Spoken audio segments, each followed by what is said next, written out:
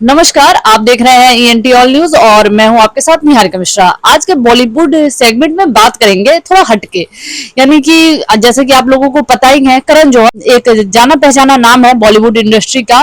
ये धर्मा प्रोडक्शन के मालिक हैं और बहुत बड़े चेहरे हैं, और जिन्हें ट्रोलर्स जो है या आमतौर पर सब लोग इन्हें कहते हैं कि ये जो नेपो किड्स है उन्हीं को लॉन्च करते हैं और उन्हीं के ये माफिया है। तो इन्होंने एक ऐसा बयान दे दिया है, हालांकि ये बयान इस बार नेपो किड्स को लेकर नहीं है। इन्होंने एक ऐसा बयान दिया है जिसके बाद इंडस्ट्री में काफी खलबली मच गई है, और ये बयान है कि करण जौहर ने कहा है कि आज बॉलीवुड की जो हालत है वो इसलिए है क्योंकि बॉलीवुड में कुछ ऐसे एक्टर्स हैं जो 35 से लेकर 40 करोड़ की डिमांड करते हैं एक फिल्म को लेकर, लेकिन अगर बॉक्स ऑफिस नंबर्स की बात करें यानी फर्स्ट डे कलेक्शन के उन हीरो की बात करें उनकी फिल्म की, तो महज 3.5 करोड़ भी हो जाए तो बहुत बड़ी बात है।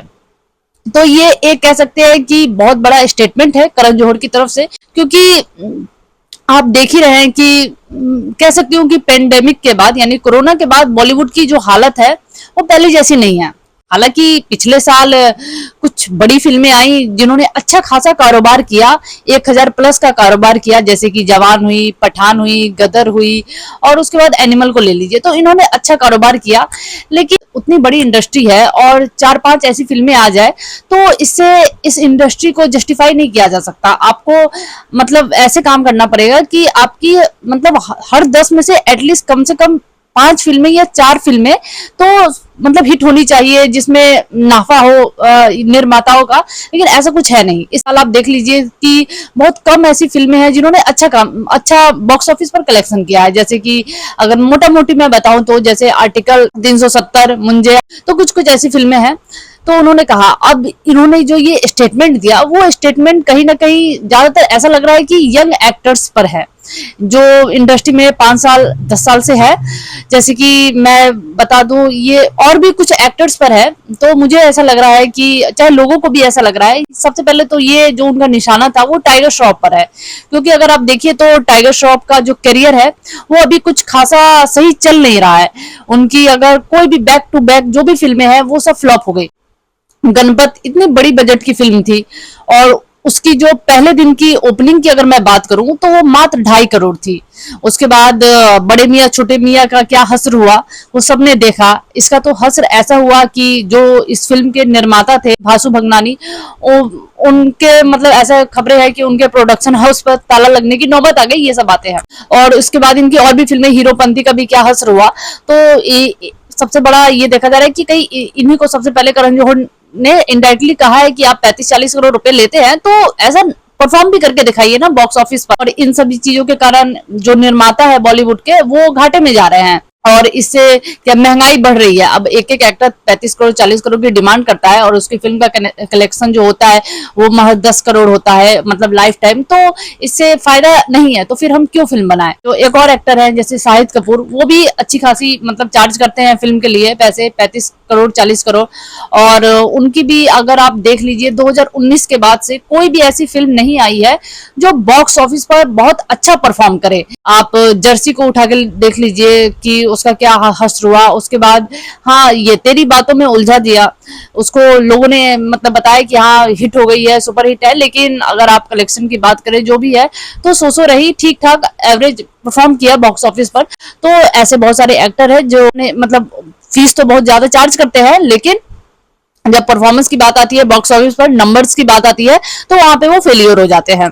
मेरे हिसाब से करण जौहर की ये बात काफी हद तक सही भी है, लेकिन कुछ लोग हैं कि करण जौहर को ट्रोल कर रहे हैं कि अभी इन्हें ये बात याद आ रही है, लग रहा है कि धर्मा प्रोडक्शन में इन्होंने बहुत सारे घाटे झेले हैं इस वजह से, क्योंकि यही वो मतलब आदमी है जिसने बहुत सारे नेपो किड्स को मौका दिया, आउटसाइडर्स को मौका नहीं दिया जिनमें टैलेंट था, और नेपो किड्स को मौका दिया। और उसके और जब इनकी फिल्में फ्लॉप होने लगी तब इनको ये बात दिमाग में आ रही है और ये आगे बढ़ के ऐसे बातें बोल रहे हैं। जानकारी के लिए आपको बता दूं कि करण जौहर, आपको याद होगा जब हम लोग स्कूल में थे तब इनकी एक फिल्म आई थी 2012 में, स्टूडेंट ऑफ द ईयर।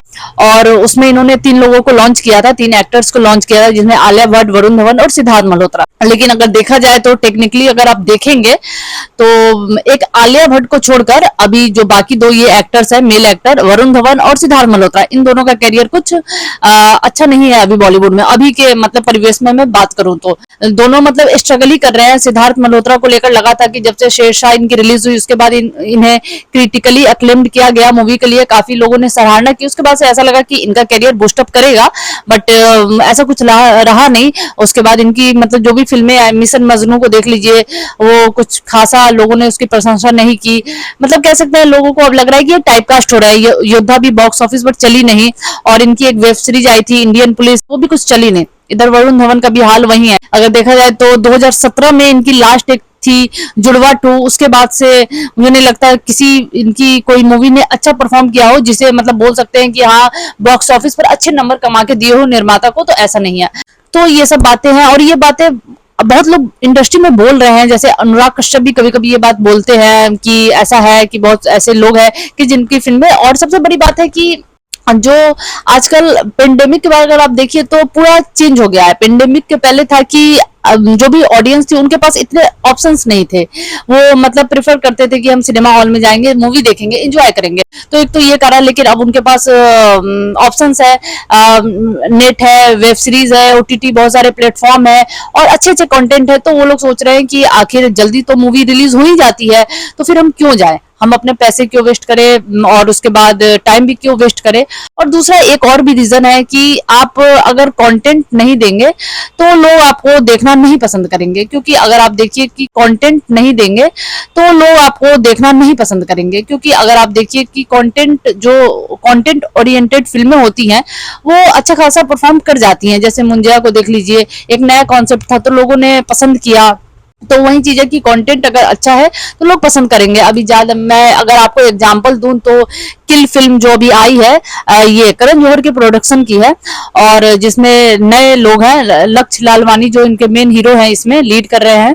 तो उन्होंने काफी अच्छा काम किया है और ये इस मूवी की हर तरफ तारीफ हो रही है, हर तरफ इसे क्रिटिकली एक्लेम्ड किया जा रहा है। और सबसे बड़ी बात है कि पहली बार किसी बॉलीवुड एक्शन फिल्म का रीमेक हॉलीवुड में बन रहा है, बड़ी बात है ये अपने लिए। और इस फिल्म को काफी लोग सराहना कर रहे हैं, माउथ पब्लिसिटी भी मिल रही है, और मतलब इस फिल्म को लेकर ऐसा लग रहा है कि हाँ पहली बार मतलब बॉलीवुड ने बहुत दिनों बाद कुछ अपना एक ओरिजिनल अच्छा कंटेंट पेश किया है दर्शकों के बीच, जो लोगों को पसंद आ रहा है। और सबसे बड़ी बात कि लोग ठीक इसे ऐसे ही देख रहे हैं जैसे कि 2021 में जब शेरशाह आई थी तो लोगों ने पसंद किया था धर्मा प्रोडक्शन का काम, ठीक उसी तरह 2-3 साल बाद कह लीजिए करण जौहर का काम लोगों को पसंद आया है कि इन्होंने सबसे पहले तो न्यू कमर को मौका दिया, क्योंकि इन पर हमेशा नेपोकिट का टैग लगता है कि हाँ इसी को बढ़ावा देते हैं, लेकिन उसके बाद इन्होंने न्यू कमर को मौका दिया और उन्होंने काफी अच्छा काम किया है। फिल्म बहुत अच्छी है, आप लगेगा कि हाँ जो भी उसमें हो रहा है वो कितना रेलिवेंट आप उससे कर पाते हैं। मस्ट वॉच फिल्म है, एक बार आप जरूर देखिए इस फिल्म को। तो ये सब चीजें हैं, और ओवरऑल कंक्लूजन यही है कि बॉलीवुड का ये जो अभी समय चल रहा है ये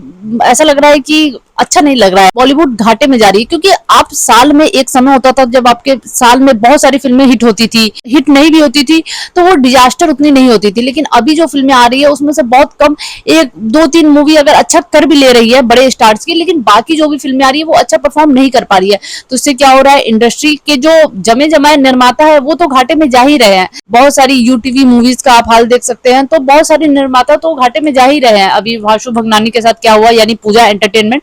लेकिन जो बाहर से भी निर्माता आ रहे हैं वो सोच रहे हैं कि हम कम बजट में अच्छी एक फिल्म बना देंगे, कंटेंट ओरिएंट, और लोगों को पसंद आएगी और उनका भी कुछ अच्छा हो जाए।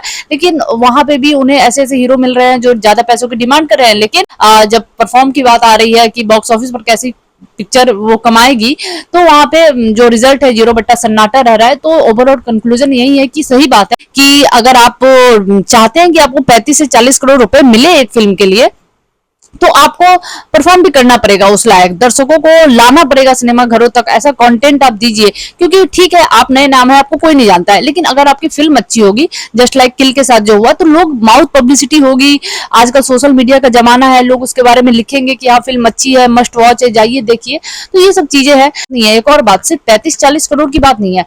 अगर मानिए कि कोई एक्टर है अगर वो 10 करोड़ रुपए डिमांड करता है एक फिल्म के लिए, तो भाई उसकी भी फिल्म 3 करोड़ की ओपनिंग लेनी चाहिए, नहीं तो 2 करोड़ की भी ओपनिंग लेनी चाहिए, ठीक है ना। तो एक रेशियो है, अगर आप 35-40 करोड़ की डिमांड करते हैं तो आपकी एक फिल्म की ओपनिंग कम से कम 10 करोड़ तो होनी चाहिए। आप 10 करोड़ एक फिल्म के लिए ले रहे हैं तो आपने एक फिल्म की पहले दिन की ओपनिंग 3 करोड़, या कम से नहीं भी तो 3 करोड़ तो कम से कम 2 करोड़ तो होनी चाहिए। और जाते जाते मैं एक बात बता दूं कि ये एक फिल्म के बारे में आपको बता दूं, अर्जुन कपूर, जिनको आप जानते ही होंगे कि उन्होंने अपने करियर में कितनी फ्लॉप फिल्में दी है, ऐसे तो 10 उंगली पर तो गिन ही नहीं सकते।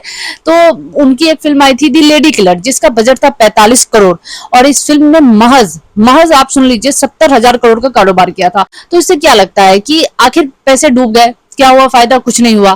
तो आप तो पैसे लेकर अपनी जेब भर लेते हैं, लेकिन नुकसान इसमें किसका होता है, निर्माता का नुकसान होता है।